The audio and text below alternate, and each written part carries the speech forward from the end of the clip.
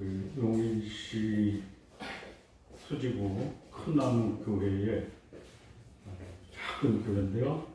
교회 이름은 큰나무 교회입니다. 신봉동하고 풍덕천동에 두 군데가 있는데 별개예요. 근데 신봉동, 신봉동 지구촌교회 바로 맞은편입니다. 근데 거기 성도수 24명인데 13명이 감염됐어요. 근데 그 지역 주민이 5이고 외부에서 오는 분이 8분이라고 합니다. 어떻게 감염됐는지는 몰라요. 어쨌든 그래서 오늘 용인시에서 용인시 관내에 30명 이하 모이는 교회가 180개라고 합니다.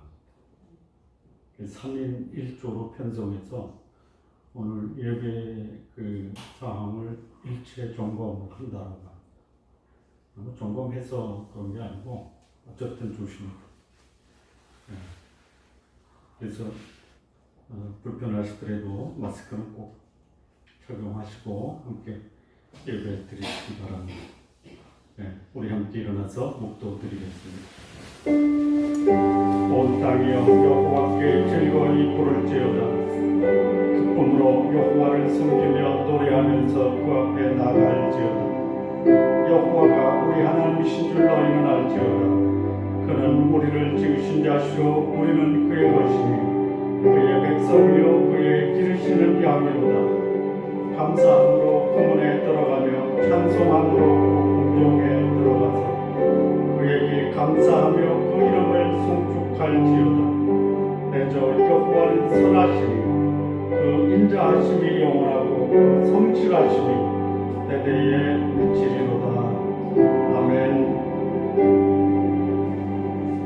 우리 일어서신 채로 찬양 드리겠습니다. 새 찬송가 270장, 동일 찬송가 214장, 변찮는 주님의 사랑과.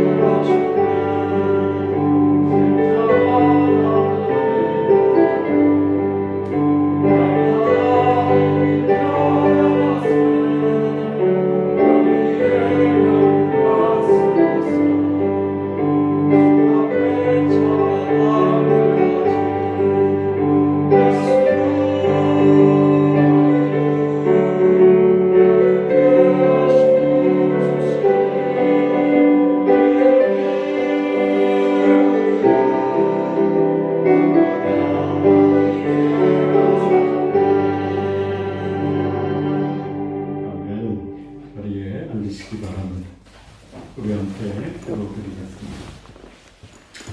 우리 공동의 기도를 드린 후에 계령이 간사님 기도 인도해 주시겠습니다.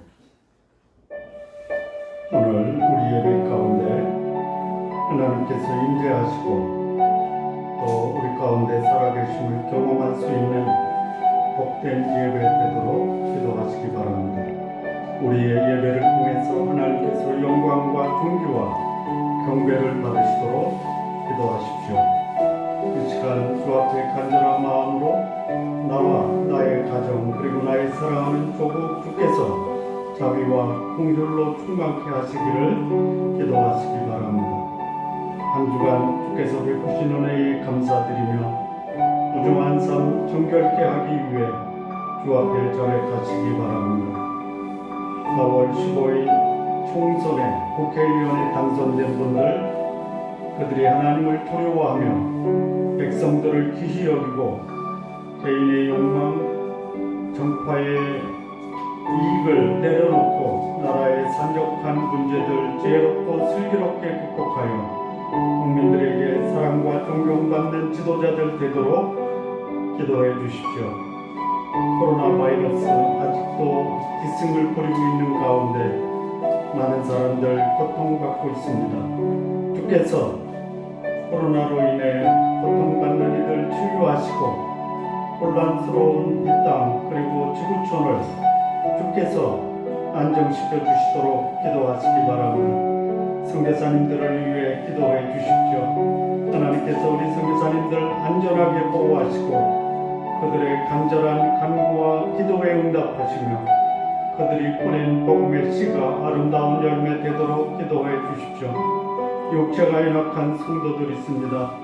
주께서 우리 연약한 성도들 강건하게 하시며 치유되어야 할 부분이 온전히 회복되도록 기도해 주시기 바랍니다. 마음이 권고하고 지친 영혼들을 주께서 위로하시고 주의 평강으로 충만케 하시기를 기도하십시오. 우리의 사랑하는 가족들 중에 주를 믿지 않은 분들 주께서 그 영혼을 구원해 주시도록 기도하시기 바랍니다. 우리의 사랑하는 자녀들 주께서 성령과 지혜로 충만케 하시기를 기도하십시오. 각 가정에서 하는 사업 그리고 다니시는 직장 후에 주의 은혜가 넘치도록 도와주시기 바랍니다. 좋은 나무교회가 거룩한 하나님의 공동체가 되게 하시고 주의 말씀과 은혜 위에 견고하게 세워지도록 기도해 주십시오. 우리 성도님들 각 가정을 주께서 복되게 하시고 악한 세력으로부터 보호하시며 오직 예수 그리스도만이 주인이 되어 주의 사랑과 공의로 가득한 하나님의 나라 이루어지도록 우리 시간 함께 기도드리겠습니다. 살아계신 하나님 아버지, 이 시간 주 앞에 예배합니다. 우리 가운데 임하셔서 영광과 존귀와 경배를 이 시간 주 앞에 간절한 마음으로 구하오니 나와 나의 가족, 나의 사랑하는 조국을 주의 자비와 긍휼로 충만케 하옵소서. 한 주간 주께서 베푸신 은혜에 감사합니다. 부정한 삶 시간 주 앞에 절약하오니 우리 주 예수 그리스도의 보혈로 정결케 하옵소서.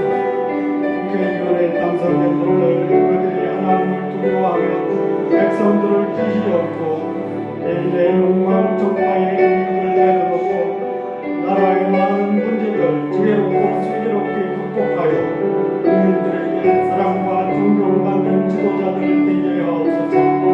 코로나로 인해 고통받는 이들 하나님 아버지 그들을 치유하시고 혼란스러운 이 땅 지구촌을 하나님 아버지 안정시켜 주옵소서. 선교사님들을 위해 기도합니다. 하나님 아버지 선교사님들 안전하게 보호하여 주옵소서. 그들이 구하는 간절한 간구와 기도에 응답하시고 그들이 뿌린 복음의 씨가 아름다운 열매 되게 하옵소서. 육체가 연약한 성도들을 위해 기도합니다. 하나님 아버지 우리 연약한 성도들 주의 능력으로 강건하게 하여 주옵소서. 치유되어야 할 부분 온전하게 회복되기를 구합니다. 마음이 권고하고 지친 영혼들을 주께서 위로하시고 주의 평강으로 충만케 하옵소서. 우리의 사랑하는 가족들 중에 주를 믿지 않은 분들 하나님 아버지 그 영혼을 주의 은혜 주의 사랑하는 자녀들을 주의 성령과 지혜로 충만케 하시기를 구합니다. 우리 성도님들 가정에 사는 사업, 다니시는 직장 위에 주의 은혜로 충만케 하옵소서. 좋은 나무 교회를 거룩한 하나님의 공동체가 되게 하시고 주의 말씀과 우리의 견고하게 세워 주옵소서. 우리 성도님들 각 가정을 주께서 복되게 하시고 악한 세로부터 보호하시며 오직 예수 그리스도만이 주인이 되어 주의 사랑과 공평 가득한 하나님의 나라 이루어지게 하옵소서. 최정희 간사님 기도 인도해 주시겠습니다. 하나님 아버지, 우리는 다 양각해서 그렇게 행하여 각기 제 길로 갔거든. 여호와께서는 우리 무리의 죄악을 그에게 담당시키셨도다. 주여 우리를 구원하시고 생명의 길로 인도하심에 감사와 찬양드립니다. 아멘. 지금 우리나라 온 세계가 코로나 바이러스로 인해서 많은 사람이 고통받고 희생자들이 여전히 늘고 있고 의료진도 많이 지체했습니다. 주님께서 이 땅의 백성들을 긍휼히 여겨주셔서 이 상황이 빨리 안정될 수 있도록 인도하여 주옵소서. 특히 이번 주 수도권 교회 소모임을 통해서 전염되는 일이 있었는데 믿는 자들 보호하여 주셔서 신앙인들이 비방당하지 않도록 지켜주시옵소서. 하나님 아버지, 우리나라 대통령 중심으로 높은 자리에 있는 자들이 이 어려운 시기를 잘 극복할 수 있도록 바른 기준과 지혜를 주시고 정치가들이 반대와 갈등 대신 건전한 견제와 대화로 문제들을 잘 풀어나갈 수 있도록 인도하옵소서. 그래서 신앙인들이 모든 경건과 단정함으로 고요하고 평안한 생활을 할 수 있도록 인도하옵소서. 하나님 아버지, 우리 교회 위해서 기도합니다. 하나님 아버지, 목사님과 장로, 권사, 집사님들과 모든 지체들이 주의 임재 안에서 주의 은혜로 말씀에 순종하며 하나님 의와 나라를 구하며 믿음으로 살게 하옵소서. 서로 사랑으로 복음 안에서 교제하고 믿지 않는 자들에게 복음을 부끄러워하지 말고 담대히 나눌 수 있는 자들이 되도록 인도하옵소서. 우리 교회가 마땅히 주님 오실 때까지 끝까지 복음을 전하고 모든 민족을 제자 삼으라는 명령에 순종하게 하시고 우리 선교사님들 가정의 안정과 건강을 지켜주시며 사역이 견고해질 수 있도록 인도하여 주옵소서. 우리의 다음 세대인 아이들, 청년들이 길이요 진리요 생명 되신 예수 그리스도를 주님으로 삼아 좌우나 우로나 치우치지 말고 영원하신 말씀에 따라 살게 하옵소서. 유심히 아픈 지체들 회복시켜 주시고 삶의 여러 가지 어려움으로 힘든 자들의 무릎을 세워주시며 주의 도우심을 경험할 수 있도록 인도하옵소서. 그대의 구주여 주님 대신 예수 그리스도의 이름으로 기도했습니다. 아멘. 하늘에 계신 우리 아버지여, 이름이 거룩히 여김을 받으시오며 나라의 없으며 뜻이 하늘에서 이루어진 것 같이 땅에서도 이루어집니다. 오늘날 우리에게 일용할 양식을 주옵시고 우리가 우리에게 죄 지은 자를 사하여 준 것 같이 우리 죄를 사하여 주옵시고 우리를 시험에 들게 마옵시고 다만 악에서 구하옵소서. 나라와 권세와 영광이 아버지께 영원히 있사옵나이다. 아멘.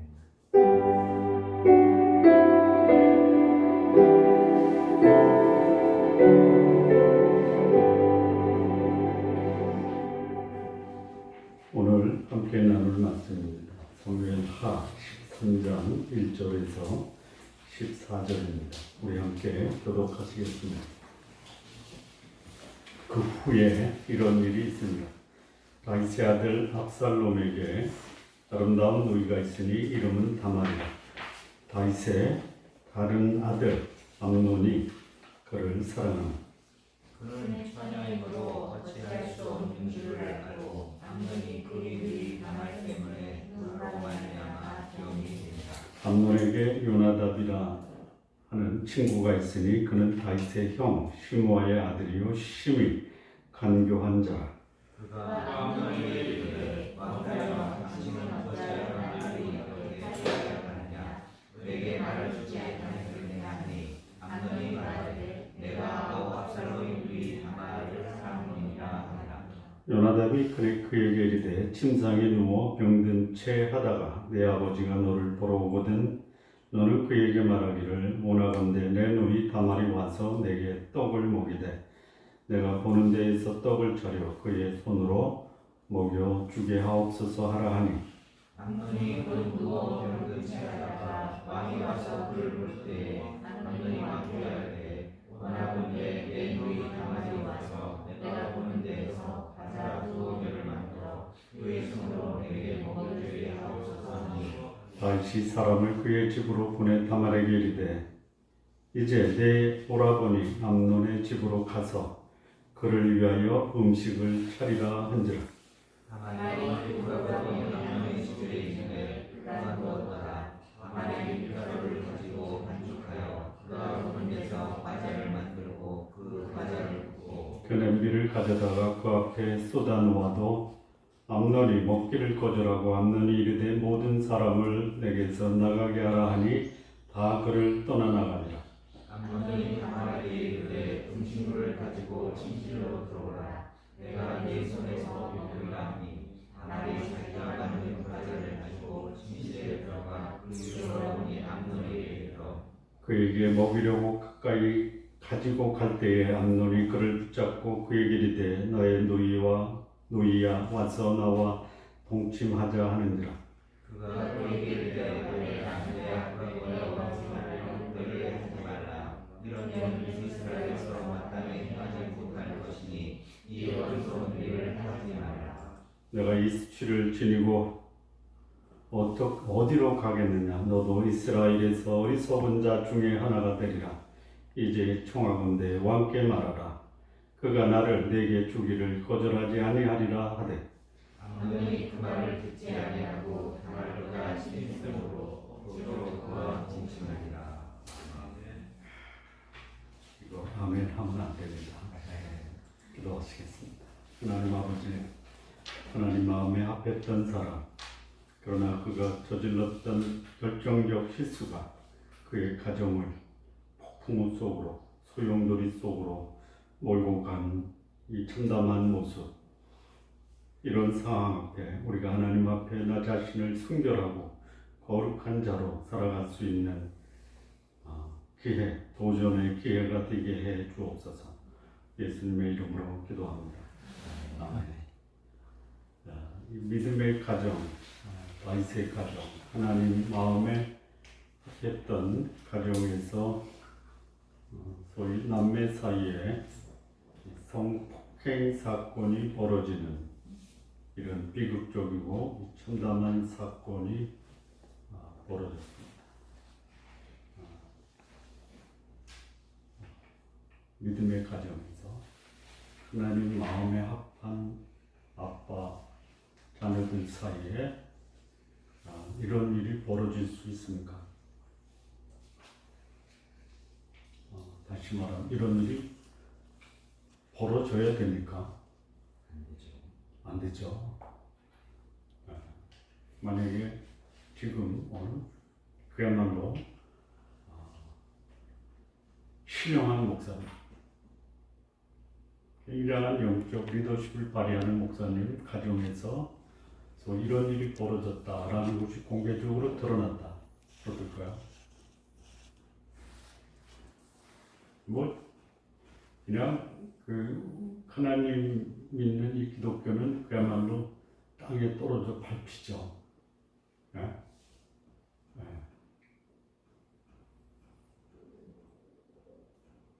지금 그런 일이 벌어지고 있는 거예요. 벌어져서는 안 되는 일. 그런데 이 한 믿음의 가정, 또는 믿음이 없다 하더라도 한 가정에서 벌어지는 이 참혹한 사건은 그 사건이 열매로 맺어지기 전에 뭐가 있었다? 뿌린 씨가 있었다. 자연의 법칙은 뭡니까? 뿌린 대로 거둔다. 뿌리지 않으면 걷는 것도 없지만 뿌렸으면 걷는다. 참고 선을 행하면 뭘 거둬요?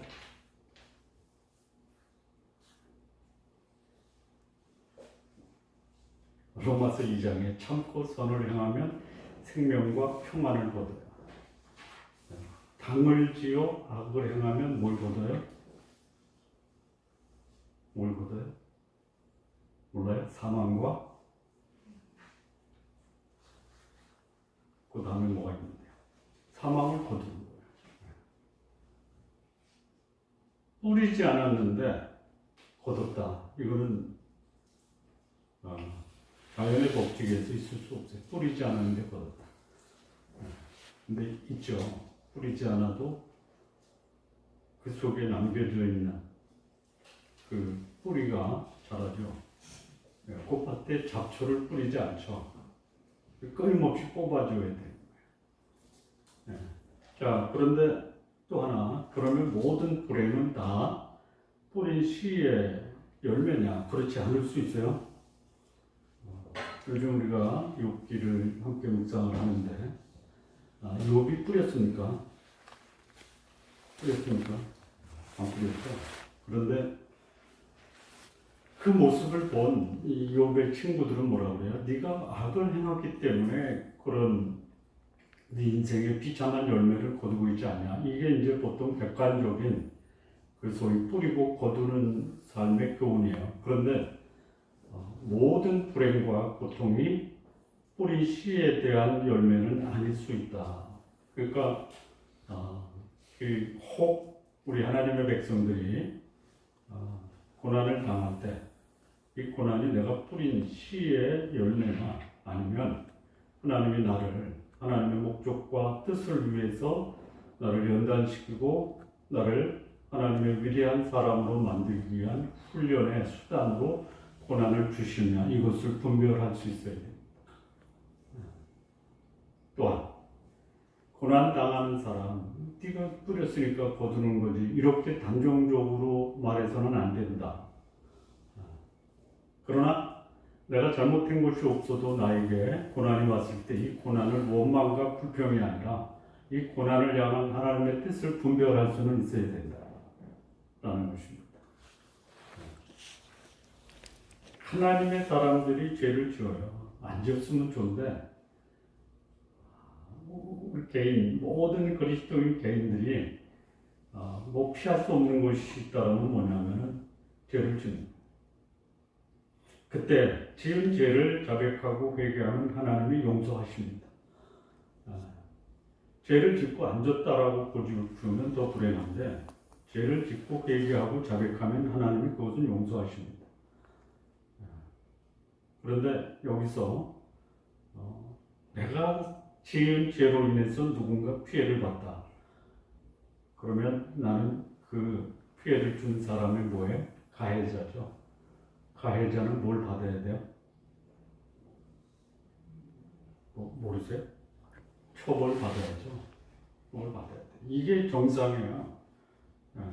뿐만 아니라 내가 뿌린 씨는 그 씨가 자라서 열매가 된다라는 거예요. 그러니까 죄의 용서는 회개와 자백을 통해서 하나님의 심판과 형벌을 사함받는 거예요. 그런데 그 용서가 씨가 자라서 거두는 열매까지 면제되는 것은 아니다. 아니야. 우리 인간의 욕망이 얼마나 많습니까? 이번 한 번만 하나님 눈 감아 주십시오. 하나님이 이번 한 번만 눈 감아 주십니까? 근데 그러는 줄 알아요. 그러니까 우리가 범죄할 때 범죄 심리가 두 가지죠. 다시 범죄할 때 얘기를 했는데, 첫째는 뭐냐? 아무도 안 본다. 두 번째, 나는 해도 된다. 이거. 그런데 뿌리면 거두는 거예요. 거두는 거예요. 이 다윗의 우리아의 아내 이 밧세바와의 간음 사건, 하나님이 용서를 선언하셨죠. 용서 선언하셨어요. 그런데 하나님 뭐라고 하면 내가 너는 용서하지만 사단이 너를 해방하게 할 것이다. 해방거리가 생긴 거예요. 그래서 자기가 뿌린 그 씨의 열매를 거두면서 아마 다시 이런 생각을 했다라는 생각이 들어요. 안 뿌렸으면 얼마나 좋을까. 언제? 열매를 거둘 때. 지나고 나서 내가 뿌린 씨의 열매가 아름답고 복된 열매라면 감사하지만 이 열매가 그야말로 참혹하기 그지없다라고 할 때는 내가 왜 그랬던 거. 그래서 다윗은 그런 자기가 뿌린 씨에 대한 열매를 거두면서 인생의 가을에서 차디찬 겨울로 들어간다. 인생의 말년이 너무 처절하고 씁쓸합니다. 그 첫 번째 열매가 바세바와의 관계에서 나온 첫 번째 아이가 죽어요. 이게 첫 번째 열매입니다. 생명을 잃어버립니다. 두 번째 거두는 열매가 뭐냐? 오늘 본문에 우리가 읽었던 거예요. 여러분 우리 같이 함께 교독하면서 이 말씀을 읽을 때 굉장히 민망스럽죠. 이게 어디서 벌어지는 거냐? 하나님 마음에 합했던 사람 가정에서 벌어지는 거예요. 이 민망한 것이 한두 개가 아니야. 그러니까 그 전체적인 본론을 얘기하기 전에 아버지가 자녀 사이 범죄의 도구로 이용되죠. 여기 암논이 자기 이복 동생 압살롬의 누이를 사랑해요. 이 사랑이 너무 크다 보니까 우라가 생겼어요. 우라라고 그래서 우라가 뭐예요? 우라를 뭐라고 그래요? 화병? 상사병? 여러분 믿음의 가정에서 그 소위 남매 사이에 자기 여동생을 사랑해서 이게 상사병이 생기는 것이 이게 과연 정상입니까? 하나님이 사도 바울을 통해서 젊은 여자는 뭐처럼 대하라? 몰라요? 자매처럼 대하라 이거예요. 여러분, 저는 여기 우리 성도님들, 남자 성도님들은 형제처럼 대합니다. 자매님들은 어떻게 돼? 네? 자매처럼 대하라. 무슨 말인지 모르시죠? 우리 여성도님들을 여자로 보지 않는다 라는 것이에요. 그러면 뭘로 봐요? 자매로 보는 거예요. 그러면 이 마음에 그 어떤 자매로 인해서 우라가 생길 리가 없죠. 근데 다윗의 집안에 장남이에요. 이복 노이를 보고 상사병이 걸려서 병이 들어요. 그리고 아버지까지도 자기 이 성적 욕망을 충족시키는 도구로 이용하고 급기야는 이 남매 사이에 성폭행 사건이 벌어져요. 그거를 다윗이 바라보는 거예요. 어떻게 했어요? 그 자녀들 사이에 벌어지는 성폭행을 보면서 다윗의 마음에 어떤 생각이 들었을 거예요. 그러면 이런 일이 우리 가정에서 벌어져요. 내가 뿌린 씨가 이렇게 열매를 맺는구나라고 아마 자기가 범죄할 때보다 더 처절하게 고통스러웠을 거예요. 여러분 우리 부모님들이 이러잖아요. 자녀가 아프면 차라리 내가 아프지. 그렇죠. 내가 아픈 게 낫죠. 우리 자녀들이 고통을 당하면요, 이거 견딜 수가 없는. 근데 그 견딜 수 없는 그 고통이 뭐냐? 내가 뿌린 씨의 열매다라는 것이에요. 다윗의 범죄에 대한 하나님의 징계가 뭐냐? 뿌린 대로 거두고 부전자전이. 다윗의 가정에서 벌어진 이 불행은 우연한 사건이 아니다. 불행의 뿌리가 있고 그 뿌리가 자라서 열매를 맺었다라고 보는 거예요. 이것이 뭐냐? 다윗의 범죄에 대한 하나님의 징계다. 징계. 자, 이 징계를 조금 더 구체적으로 좀 보겠습니다. 이 징계의 내용이 첫 번째 3절, 5절을 보시면요. 암논에게 요나답이라고 하는 친구가 있으니 그는 다윗의 형 시므아의 아들이요 심히 간교한 자라. 그가 암논에게 이르되 왕자여 당신은 어찌하여 이렇게 나날이 이렇게 파리하여 가느냐? 내게 말해주지 아니하겠느냐 하니 암논이 말하되 내가 아우 압살론의 누이 다말을 사랑하느니라 하니라. 요나답이 그에게 이르되 침상에 누워 병든케 하다가 내 아버지가 너를 보러 오거든 너는 그에게 말하기를 원하건대 내 누이 다말이 와서 내게 떡을 먹이되 내가 보는 데에서 떡을 차려 그의 손으로 먹여 주게 하옵소서 하라 하니.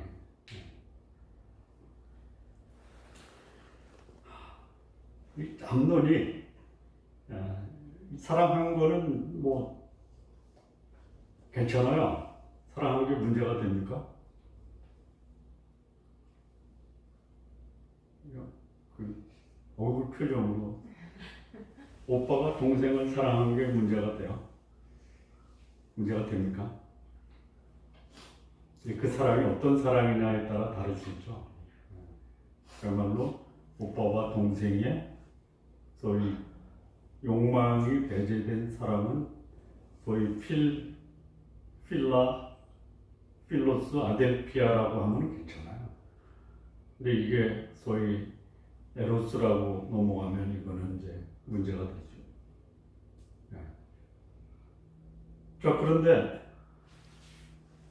이 사랑을 범행으로 계획을 해요. 뿐만 아니고 이 범죄를 그 소위 부추기는 간교한 자가 옆에 있었다. 그러니까 다윗이 뿌렸던 그 죄의 씨가 열매를 맺는데요. 시간이 지나면서 다윗의 번제보다 훨씬 더 지능적이고 간교하게 발전해 간다. 이게 죄의 속성이에요. 네. 다윗은 왕권을 이용해서 강제적으로 했어요. 이거 잘못된 거예요. 그런데 아들은 그 간교한 자와 같이 범죄를 공모해요. 다윗은 우연히 범죄하게 됐어요. 그게 좀 발전했지만. 그런데 이 다윗의 아들 암논은 범죄하기 전에 범죄를 계획하고 그 범죄를 돕는 공모자가 있었다. 그러니까 굉장히 지능적으로 죄를 발전시켜 나갔다.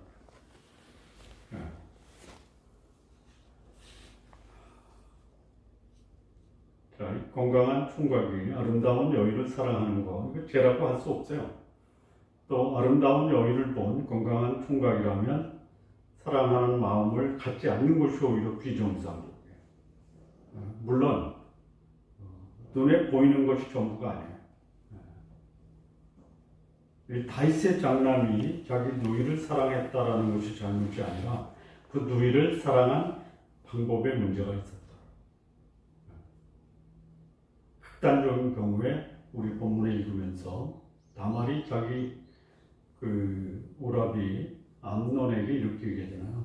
진짜 나를 사랑하고 나와 결혼하고 싶으면 공식적인, 합법적인, 정당한 과정을 거쳐서 우리 결혼하자. 방법이 있었어요. 그런데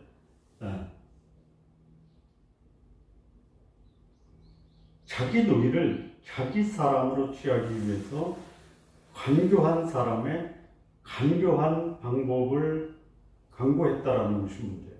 간교하다라는 게 뭐예요? 그럴듯하지만 결코 정당화될 수 없는 게 간교한 거예요. 뱀이 그랬어요. 하와를 유혹할 때. 먹으면 내 눈이 밝아 내가 하나님처럼 되리라. 거기 넘어가는 게 간교한 거예요. 그래서 보니까 먹음직하고 보암직하고 지혜롭게 할 만큼 탐스러웠어요. 이게 간교한 거예요. 아니에요. 아닌 것을 마치 정당하다라고 유혹하는 게 뭐냐? 간교한 거예요. 그래서 이 암논이 부당한 자기 욕망을 해결하기 위해서 자기 사촌 요나답을 끌어들여. 그리고 이 요나답은 간교하게 마치 정당하는 것처럼 아버지 다윗을 끌어들여서 네 목표를 달성하라. 이렇게 암논에게 조언을 해줍니다. 아주 치밀한 계획을 세웁니다. 그러니까 이 암논이 자기 누이 다말을 사랑했다라는 것은 결코 사랑이 아닌 자기 욕망을 충족시키기 위한 간교한 음모다 이렇게 보는 거예요. 그래서 자신이 취할 여유를 얻기 위해서 최고 통치자 임금인 자신의 아버지까지 동원하게 한 것이죠. 그러니까 이 다윗은 갑자기 뭐가 된 거예요? 아들 범죄의 공모자. 아버지는 의도적인 것이 아니고 그걸 뭐라 그래요? 자기는 죄를 지을 마음이 없었지만 결과적으로 죄에 동원이 됐다. 이걸 뭐라 그래요? 이걸 뭐라 그러는 거예요? 법 전공하신 분 없어요? 혹시 이게 맞는지 모르겠어요. 저도 잘 몰라요. 미필적 고의라고 그래요? 네. 그렇습니까?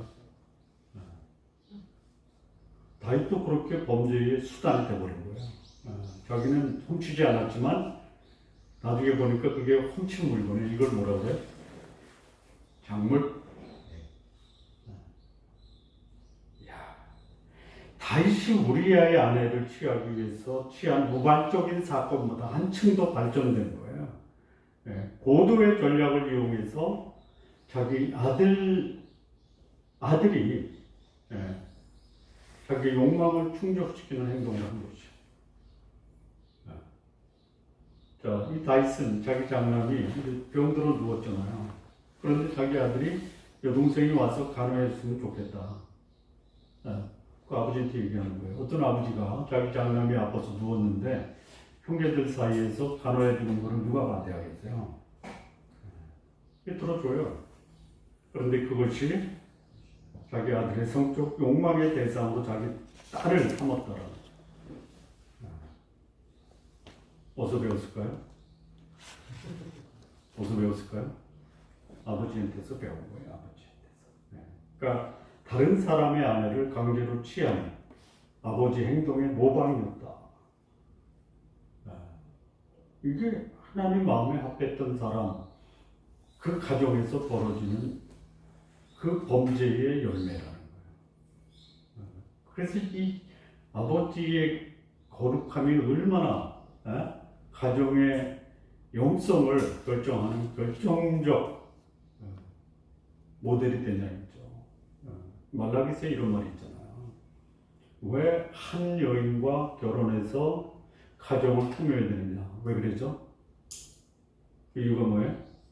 경건한 자손을 얻기 위함이다. 경건한 부모의 모습을 봐도 자녀 사이에 좋은 영적인 영향력을 주는 것이 쉽지 않아요. 그래서 자녀들이 성장하면서 많은 실수와 잘못을 해도 건강한 부모님의 영적 삶을 보고 돌이키고 회개해서 건강하게 자라는 거죠.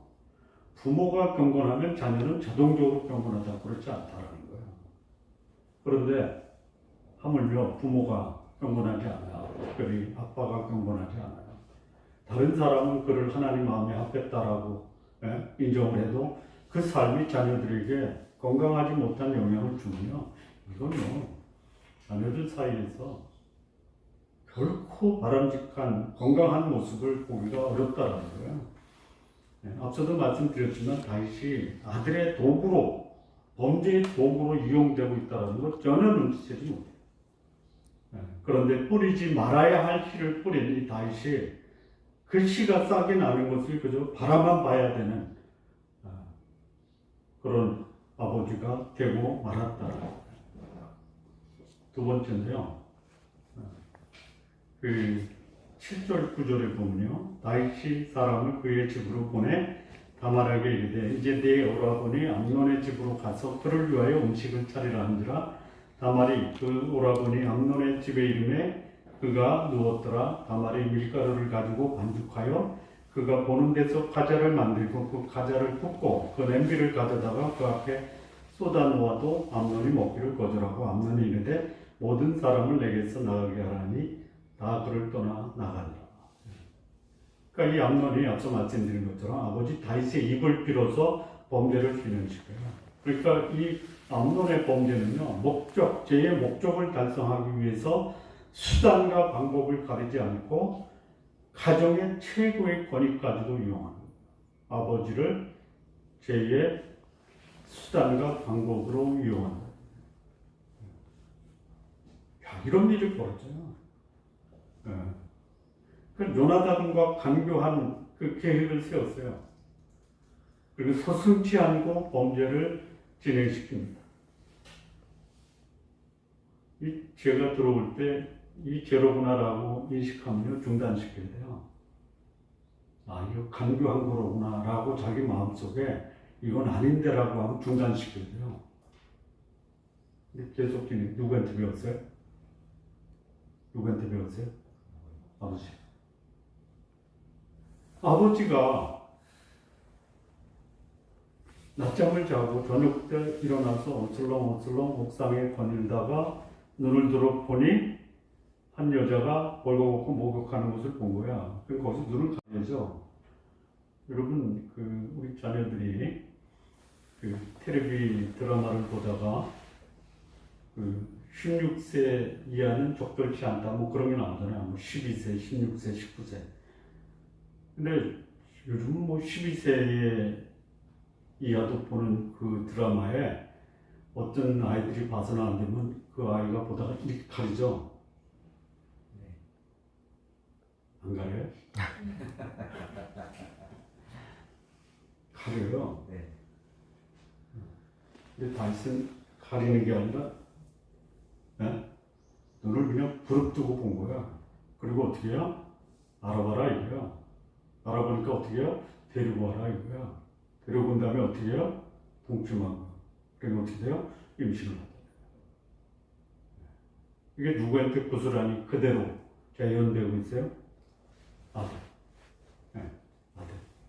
네. 암논이 자기 욕망을 충족시킬 계획, 여기 계획까지 세웠어요. 아버지보다 한 수도 없어요. 그리고 그 계획을 구체적으로 실현하기 위해서 아버지를 범죄의 도구로 이용해요. 네.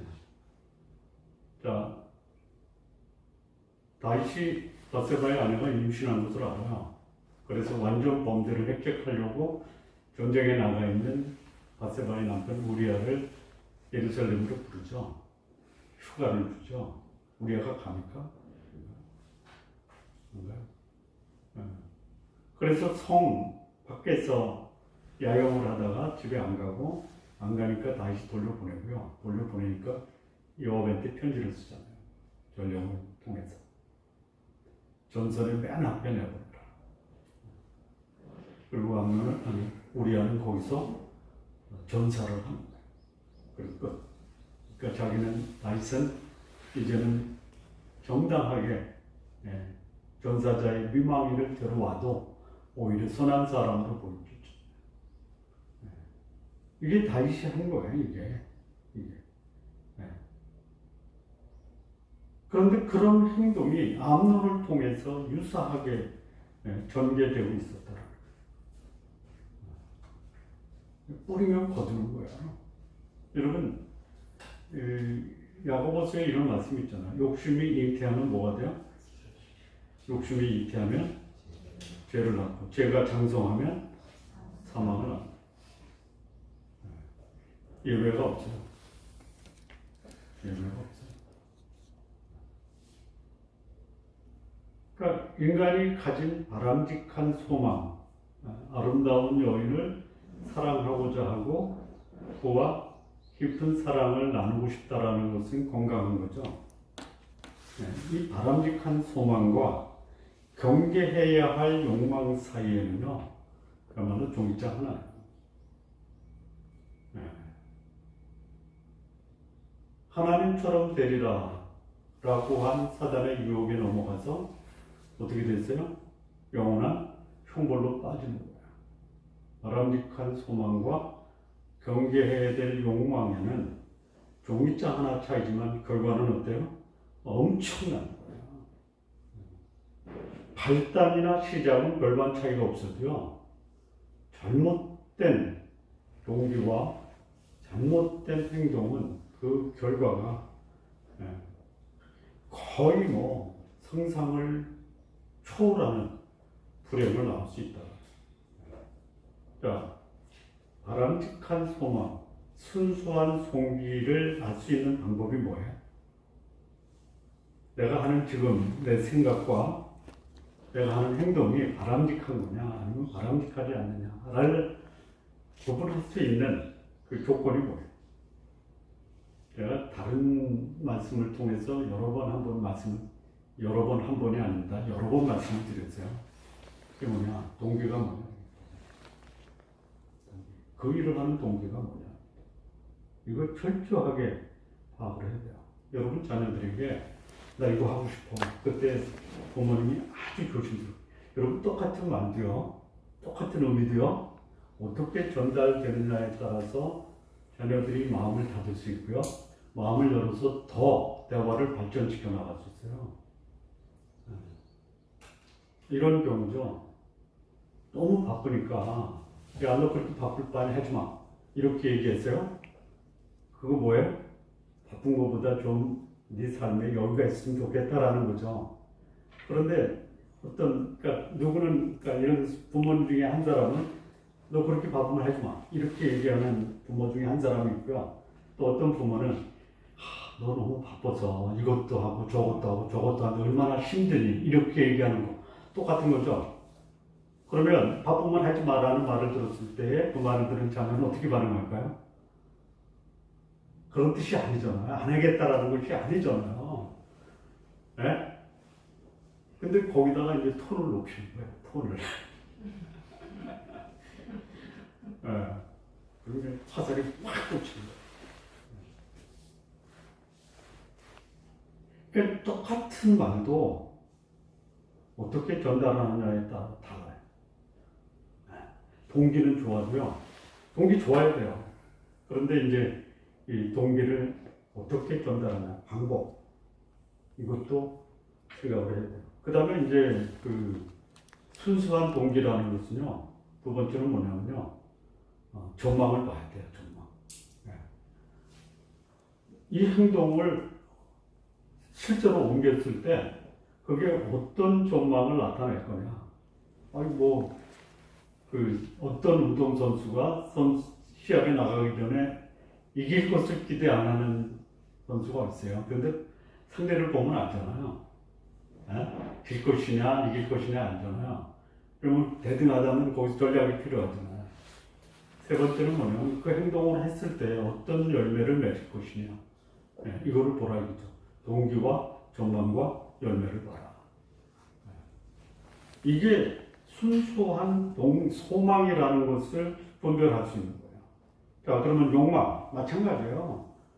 이 욕망도 동기가 뭐냐, 전망이 뭐냐, 결과가 뭐냐, 그것을 보고 욕망의 불순함을 드러낼 수 있다.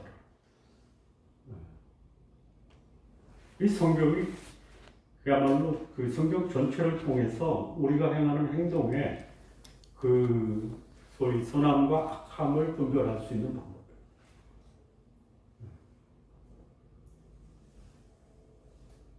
이 소망을 욕망으로 바꾼 사례도 있을 수 있어요. 그런데 순수한 동기는 자기 욕망을 추구하는 것이 아니라 다른 사람의 유익을 추구하고 선한 결실과 유익을 나타내는 것이 순수한 소망의 결과라는 것이죠. 여기 이 욕망을 달성하기 위해서 수단과 방법을 가리지 않는 사람, 자신도 누군가에 의해서 수단과 방법을 가리지 않는 계략에 의해서 목숨을 잃을 수도 있다. 나는 잘못해도 자녀들은 잘 되기를 바라는 것이 부모의 마음이죠. 그런데 피할 수 없는 게 있어요. 부전, 자전. 이런 말은 없더라고요. 부전, 여전이라는 말은 없더라고요. 모전, 여전이라는 말이 있죠. 모전, 부전이라는 말도 없어요. 네? 아들은 아빠 닮고 딸은 엄마 닮은 거예요. 그래서 엄마 아빠가 잘했대. 저는 불행하게도 아들만 있어가지고 네? 제 책임이 더 커요. 야, 일부유배니까 셋이 다 다른 거 아시죠? 이렇게 달라. 저하고 비슷한 아들이 하나 있긴 있어요. 제일 다루기 힘들어요.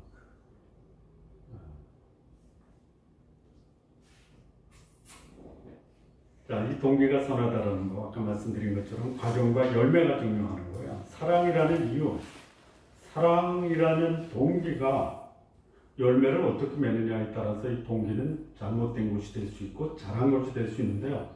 여기 암논이라는 이 다윗의 아들은 결코 그 동기가 선하지 못합니다. 그러니까 아버지 다윗은 아들에 의해서 범죄의 도구로 사용되고 그 열매로 인해서 그 가정은 아주 그냥 참담한 가정. 뭐 거의 이 가정에 이 이후에요 다윗이 성전 건축도 준비하고요 또 나이 들도록 도하고 존귀하게 살았던 것은 틀림없는데요. 감춰진 게 있잖아요. 뭐예요? 다윗의 가정은 무슨 가정이 됐다? 네? 동물의 왕국이 됐다. 죽는 순간까지도 권력 쟁탈전을 하잖아요. 네. 야, 다윗이 죽으면서 어떠했을까요?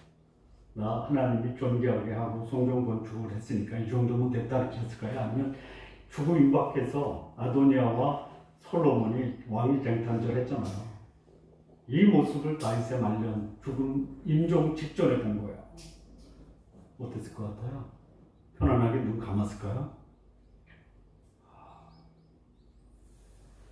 저는 하나님 앞에서 개인적인 소망은 우리 세 아들이 나 죽음 앞에서 우리 아버지처럼 살아야 되겠다. 그러니까 어떻게 살아야 돼? 어떻게 살아야 돼? 잘 살아야 돼. 또 건강하게 살아야 돼. 또 나에게 주신 하나님의 은혜를 나누고 베푸는 삶을 살아. 그래야지 우리 아들이 나 임종 때 내 임종 앞에서 나 아버지처럼 살게 이래야 될 거 아니에요. 개인의 욕망을 위해서 다른 사람을 희생시켰더니 이제는 자신도 모르는 사이에 자신이 범죄의 수단으로 이용됐다라는 것이 죄의 열매가 얼마나 무서운가를 보여주고 있는 거예요. 자, 세 번째 이 다윗의 하나님에 대한 범죄가 하나님 그를 어떻게 징계하시냐면요. 11절에서 14절입니다. 그에게 먹이려고 가까이 가고자 갈 때에 암논이 그를 붙잡고 그에게 이르되, 여기 그는 다말입니다. 나의 누이야 와서 나와 동침하지 않은지라. 그가 그에게 이르되, 아니라 내 오라버니여 나를 욕되게 하지 말라. 이런 일은 이스라엘에서 마땅히 행하지 못할 것이니 이 어리석은 일을 행하지 말라. 내가 27을 지니고 어디로 가겠느냐. 너도 이스라엘에서 어리석은 자 중에 하나가 되리라. 이제 청하건대 왕께 말하라. 그가 나를 내게 주기를 거절하지 아니하시리라 하되, 암논이 그 말을 듣지 않고 다말보다 힘이 셈으로 억지로 그와 동침한다.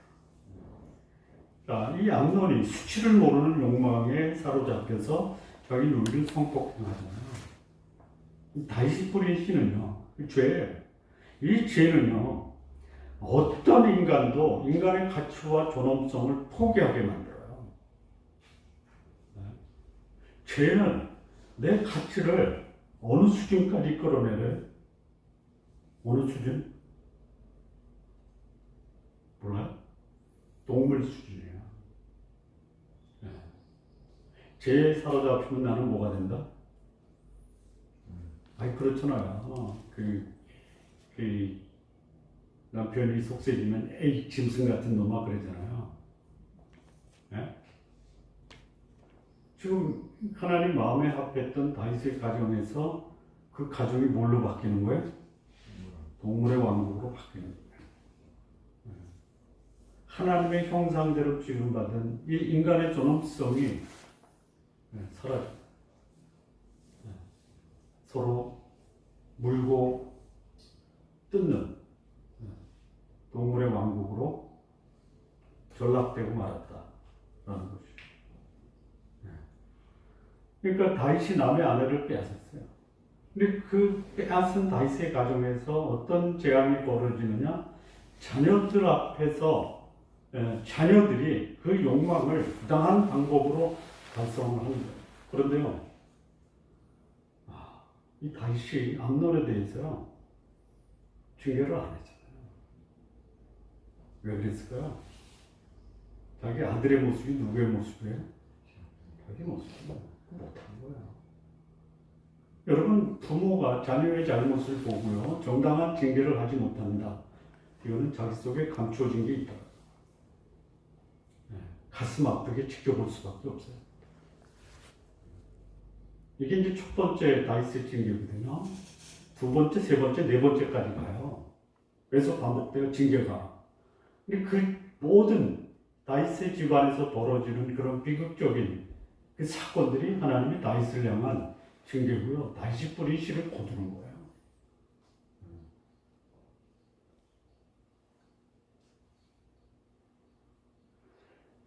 참, 이 다윗이 남성적으로 매력이 있었죠. 그렇죠? 악기도 탈 줄 알고요. 또 그 약한 자를 보면 가서 도와주고요. 또 공동체가 위기를 당하면 앞서 나가서 위기를 극복하고요. 리더십도 있었어요. 이 다윗이요, 아내가 공식적으로 예루살렘의 그 수도를 정할 때요, 공식적으로 아내가 6명 있었어요. 나중에 더 늘어요. 그 자기 아들 압살롬에 의해서 도망갈 때 그 다윗 궁에 남겨둔 후궁이 몇 명이었어요? 후궁이 몇 명? 9명. 제가 기억하기는 좀 혹시 뭐 숫자의 차이는 있으면 9명을 낸 겁니다. 이게 뭐예요? 그 다윗의 여성 편력은 집안에서 벌어지는 이런 자기 뿌린 씨의 열매를 거둬도 그치지 않았다. 그럼 어떻게 자기 아들을 징계하겠어요? 그 자녀들 사이에 벌어지는 이 성적 욕망의 결과로 성폭행 사건이 벌어진 것을 바라보는 이 다윗의 심령이 내가 뿌린 씨가 이렇게 열매를 맺는구나. 교육을 하면서도요, 본인은 정작 극복하지 못하고 자기가 원하는 이 성적 욕망의 대상으로 수많은 후궁을 뒀더라고요. 나중에 이 솔로몬을 보면은 그 후궁, 이 뭐 몇 명이에요? 그 숫자 짧게 못해. 1000명이 넘잖아. 이게 누가 뿌린 거야, 이게.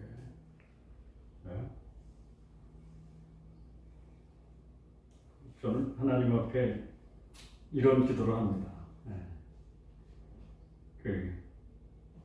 죽을 때까지 한 여자를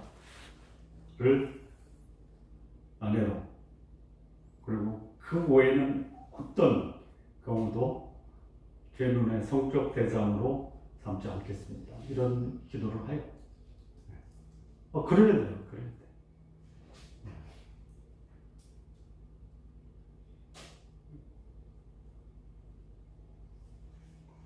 이 죄가 사람 앞에 웅크리고 있으면요, 언제든지 틈만 생기면 사람을 공격해요.